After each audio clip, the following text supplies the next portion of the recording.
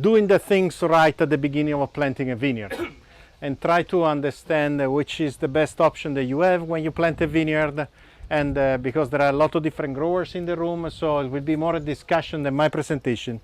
They asked me to present no data, so I will not talk about my research, but just give you some very preliminary information about planting a vineyard, what's important, what it counts, what doesn't count. And we're going to be talk a little bit in front of this just planted new vineyard of Chambourcin. And there you have 3 rows of Riesling, I think Cabernet Franc and something else. And that's more established, so if we have time we're going to talk also about that. So, what you need to do when you plant a vineyard? What's the most important thing? Irrigation. The most important thing, we're going to talk about that. The most important thing is site location. How many acres of grapes we have in Michigan? How many acres of wine grapes we have in Michigan? How many? Shoot a number. 1,500? 5,000. 4,000. 2,000. Okay, we have totally, if we consider the Concord and Niagara, 13,000 acres. If we take a look only at the wine grapes, we have 3,200 acres of wine grapes. Of these 3,200, 2,000 are Vitis vinifera, the one. Riesling, Pinot Noir, Chardonnay. 1,200 are hybrids. This one, Chambourcin, Traminette, Vidal, Ceval, okay? So that's our industry, 3,200 acres, 65-70% vinifera, the rest hybrids. Which is the most planted variety in Michigan for wine grapes? Riesling. Riesling. How many acres? 40%. 400. It's almost 1,000. So it's almost half of the vinifera, and it's 40% of the wine grapes. So this industry is really committed on Riesling. A lot of Riesling is going down, more Riesling is planted. What's the second variety? Cab Franc. No, you're getting close. Cabernet Franc is in the top 5. Number 2, Merlot. Pinot Noir. Number 3, Chardonnay. Number 4, Cabernet Franc. Number 5, Merlot. Number 6, you have your first entry as an hybrid. That's Vidal. Number 7, don't remember. 8, 9, 10, don't remember. But in the top 10, there are 2 hybrids, Vidal and Vignon. All the other ones are vinifera. Okay? So if you think about planting a vineyard, this is where the industry is going. That's the direction that our industry is going. Doesn't mean that you can plant anything else. In the world, there are 3,500 commercial wine grapes. You can plant anything you want. There is a very good growers down the road here, Inkelman. They planted a variety that is one of the oldest grapevine variety that we know in the world. One of the very ancestral, very old, coming from Georgia, Seperavi. So in our climate, the option of varieties is very big. You can plant anything you want, but that's the industry. The direction is going, okay? Now, when you think about variety, you need to think about what goes under the ground. It's called rootstock, okay? I will show you the rootstock there, okay? Which are the most used rootstock in Michigan? Come on, Kyle. 204 or not? 3309, thank you, Liz, okay? Second one is 114. There is a little bit of Riparia Gloire, there is a little bit of SO4, there is a little bit of 5AB, there is other rootstock that we are planting, but mostly our industry is split between 114, 3309C, okay? Those are 2 rootstocks that are very similar to each other, because they're coming from the cross of two Native American varieties, Vitis riparia and Vitis rupestris. They are a little bit different. I will explain you why they're different. And but those are the most used in Michigan. So when you order a vine, now you know which is the most important, the most planted variety, and you know which rootstock we use in Michigan. What's the difference between the two rootstocks? Everybody knows. This one is Chambourcin, it's an hybrid, very old, on 3309C. Okay, that one I think is on 10114. The difference between the two rootstocks are very simple. The cross are very similar, so they are cousins between each other. But one got more from the riparia, another one got from the rupestris. So the 10114 is very shallow, doesn't go deep, okay? Very shallow rootstocks. 3309C goes down, very deep rooted rootstock. So in a year like this, in which we got plenty of rain, you don't see any difference between the two. But in a year in which doesn't rain a lot and you don't have an irrigation system, 10114 we struggle because it's very superficial. It will feel the water stress more than 3309C. Now that you know this, I'll tell you this and you need to tell me why. Most of the white varieties in Michigan are planted on 3309C. Most of the reds are planted on 10114. Why? Soil type, water holding capacity. We get that later. Now let's talk about the difference between white and reds. The reason is because when you think about 10114, extensively used in France, is one of the most used rootstock in France, especially in Bordeaux, especially in Bourgogne, in Burgundy. There, to produce a very nice red wine, the vines needs to feel the stress. Most of the polyphenol compounds that we have in the finished wines are compounds that are formed because the vines are going through stress. So all the antioxidant the vine produce in the berry, color, phenolics, tannins, are produced as a response to a stress.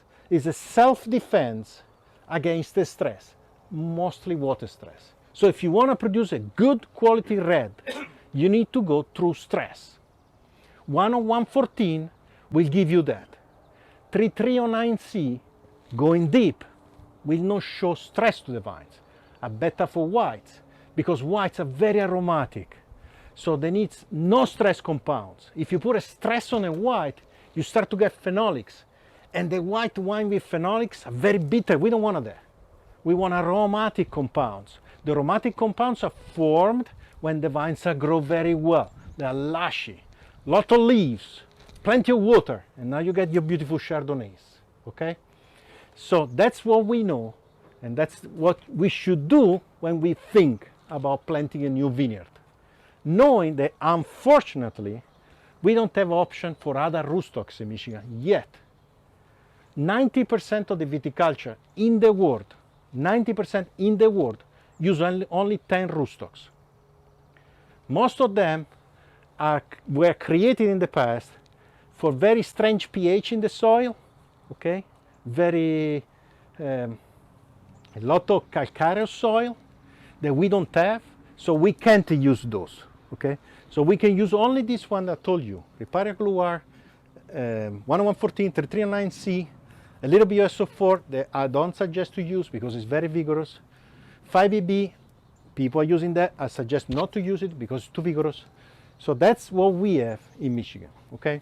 Now, when we think about this vineyard, this is Chambourcin planted on 3309C, okay? This planting was done by the university, okay? So everything is wrong. No, just kidding. It was planted too late. Now you see tiny vines because the vines arrived very late, so they planted 2 weeks ago. In theory, this vineyard should be planted early in the spring, okay, in June. So at this time of the season, you want to see shoots very long, vines that were growing more than this, but that was planted 2 weeks ago, okay? So when you take a look at this, you can come. We touch the vines now. First decision to make is row orientation. In a cool climate viticulture like we are in Michigan, we have a very short season, not a lot of sun. We need to use all the sun that we get every day. So north-south. So you have east and west exposition of the canopy like that. The east and west is the exposition that traps more sun during the day than the north-south. Because the north-south will get the sun in the south, but never in the north. So in this way, you trap more light. The vineyard is more efficient with this row orientation than any other vineyard like this to trap the sun. We plant it like that in Michigan, unless we have a steep slope or condition in which we can't. If we can, north-south. That's a law, okay? First commandment, north-south. So when you prepare this soil for planting was prepared 2 years ago. Takes a couple of years to prepare a soil for planting.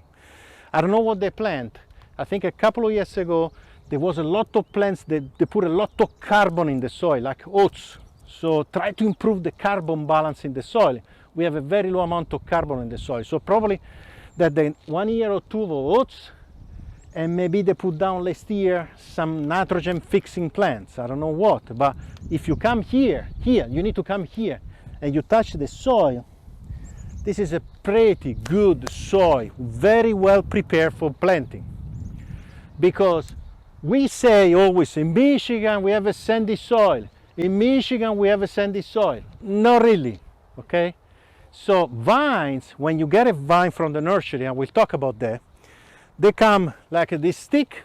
Maybe you saw the vines coming from the nursery. Stick with a little bit of roots. If you put a vine in the ground, in the way, even if it's sandy soil, it will die. Vines are not very competitive. The roots the first year, they don't grow a lot. If you pull out the weeds from there, we'll have a root system like this. If I pull out this now, it will have a root system like this. They don't grow a lot. And if there is a problem in the soil, they can't go, they get stuck. If the vines they don't grow well the first year and the second year, establishing the roots, they will be stuck for an entire year. There you go. So how do you prepare the soil? Okay, the most important things to do, this soil, and sometimes the growers skip the phase because they say, oh, it's sandy, is to subsoil the ground. We need to move the ground deep and make this ground. If you come here, you don't want to come, it's not radioactive, so you can come here. If you do this and you go down with your hands, I can stick this up to here. The soil is very soft. It was worked probably 2-3 times. Make it soft, very soft, because the roots of the vines are very weak. They can't find any obstacles when they get down the first year, okay? So subsoiling, very important. Don't skip it. Even if you think, oh, it's very sandy. No. Down here there can be a lot of different things, okay? Now, row orientation, soil preparation, cover crop in the first 2 years. Now you receive the vines. Sorry, Paolo, Yes. Yeah. why we need rootstock? I think it's important Okay. to know why exactly we need rootstock. That's a good question. Why do we need the rootstocks? Very nice. What is? It's a bacteria and an insect that infests the grapes. Correct. Eat the roots.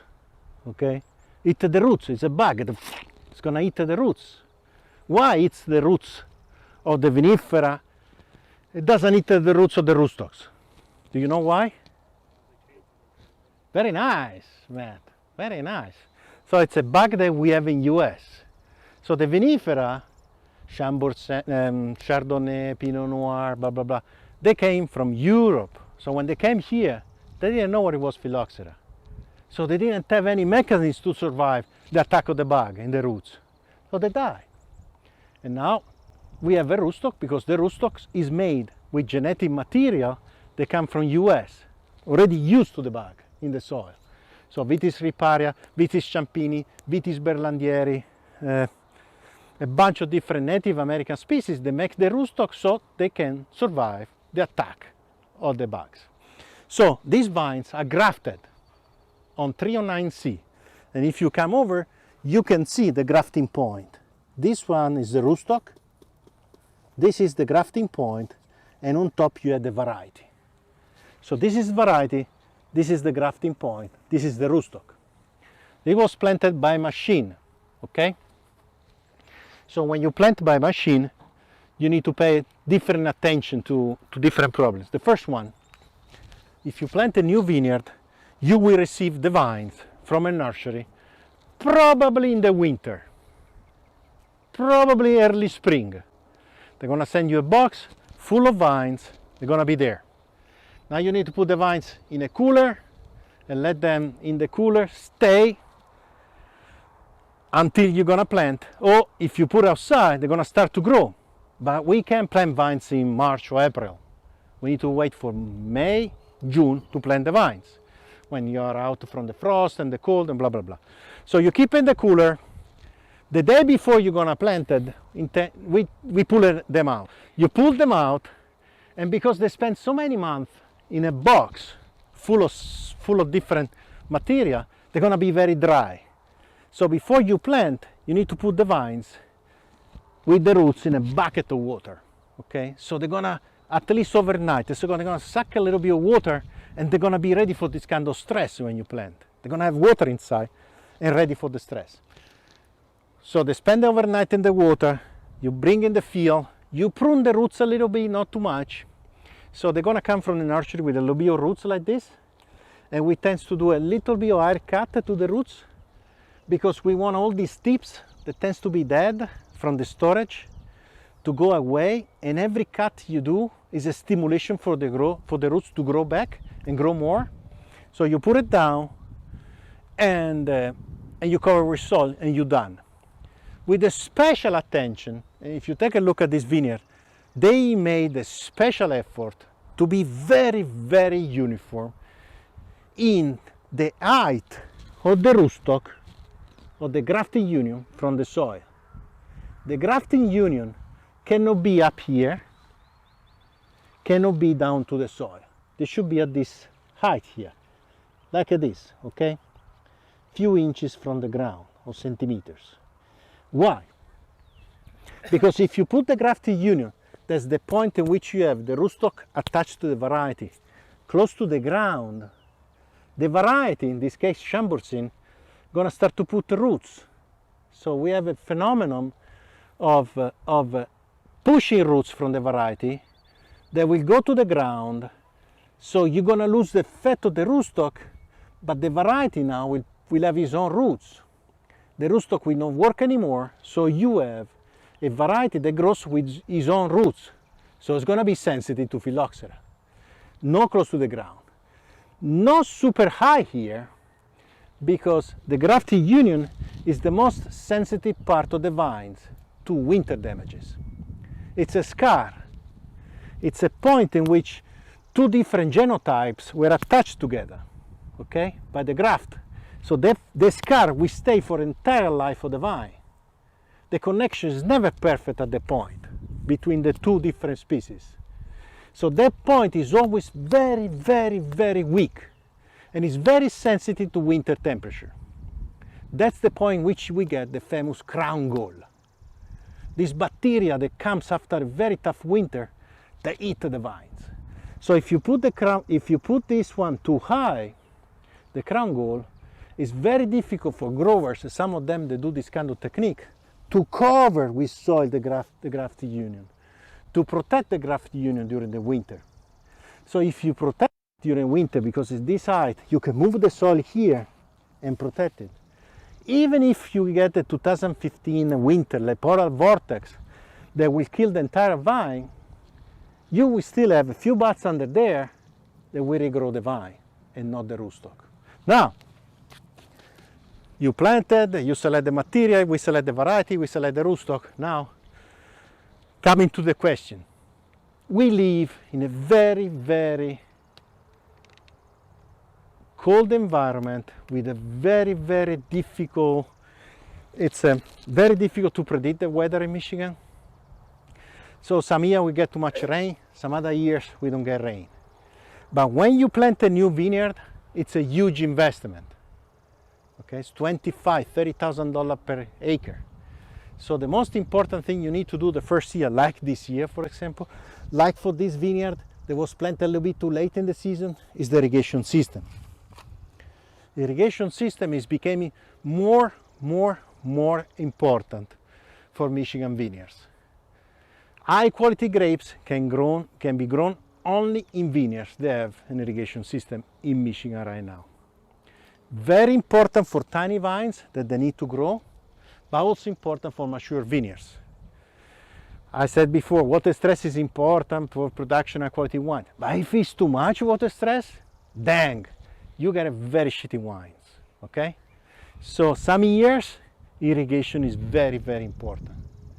This year we got a lot of rain, but this vineyard, if we will not have an irrigation system with the very young tiny vines, very small root system, will not survive the summer without an irrigation system, okay?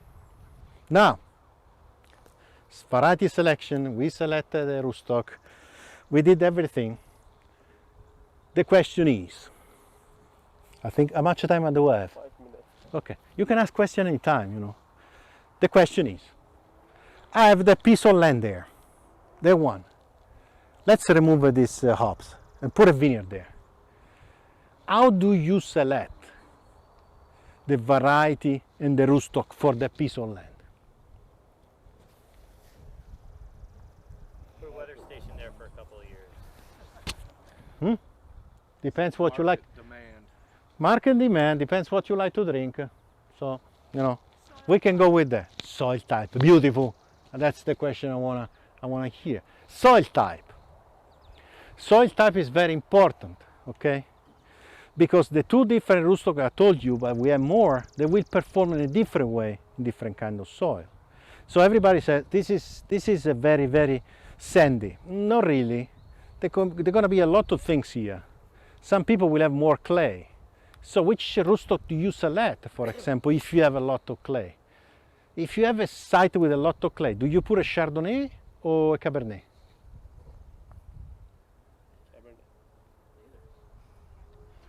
Depends how much clay you have, yeah. If you have enough clay, a good amount of clay, do you put a Chardonnay or Cabernet? Chardonnay. With clay Chardonnay? Depends on the rootstock.